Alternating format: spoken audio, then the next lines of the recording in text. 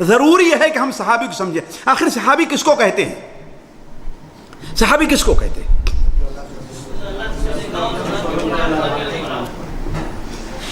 دیکھا ہو اور نابینا ہے تو نابینا ہے تو آپ نے کہا دیکھا ہو. دیکھیے صحابی کی سب سے بہتر تعریف یہ ہے صحابی کی کہ جو شخص نبی کریم صلی اللہ علیہ وسلم سے حالت ایمان میں بیداری کی حالت میں آپ سے ملاقات کی. کیا ہے؟ دیکھا نہیں اس لیے کہ نابینا ہے نہیں دیکھے گا. کیا ہے؟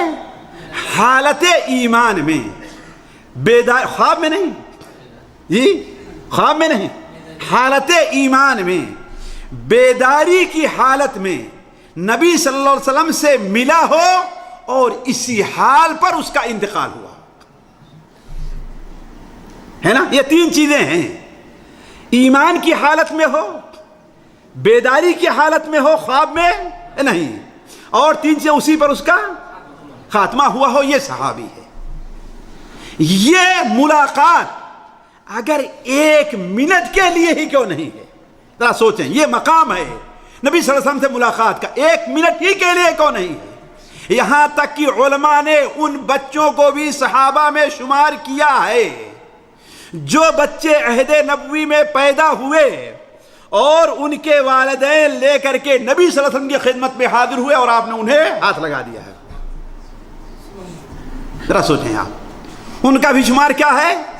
تو صحابہ کرام کیا تھے؟ ایمان میں، دیانت میں، امانت میں، صداقت میں کیا تھے؟ اعلیٰ درجے کے تھے. اگر کافر تھا اور بعد میں مسلمان ہوا نبی صلی اللہ علیہ وسلم کی وفات کے بعد تو وہ صحابی نہیں ہے. اس کو ایک الگ نام دیا ہے علماء نے، مخضرم. جیسے کعب الاحبار ہے نا، اللہ کے رسول زمانے میں یہودی تھے لیکن مسلمان کب ہوئے؟ آپ کی وفات کے بعد ہے نا. سوید ابن غفلہ ہیں، یہ اپنے قوم میں مسلمان ہو گئے اور جب مدینہ منورہ پہنچے ہیں تو لوگ نبی صلی اللہ علیہ وسلم کو دفن کر کے واپس آ رہے تھے. ذرا سوچے، لیکن ان کا شمار صحابی میں نہیں.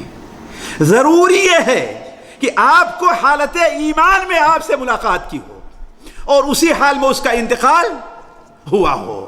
لیکن ساتھیوں، صحابی تو یہ سب ہوں گے، لیکن ان میں صحابہ کے اللہ کے رسول کے ساتھ صحبت کیسی رہی ہے، اللہ کے رسول ان کی فضیلت کیا بیان فرمائی ہے، اپنے ایمان اور تقوی میں کتنا آگے رہے ہیں، اس کے لحاظ سے ان کے درجات میں کیا ہے؟ فرق پڑتا ہے.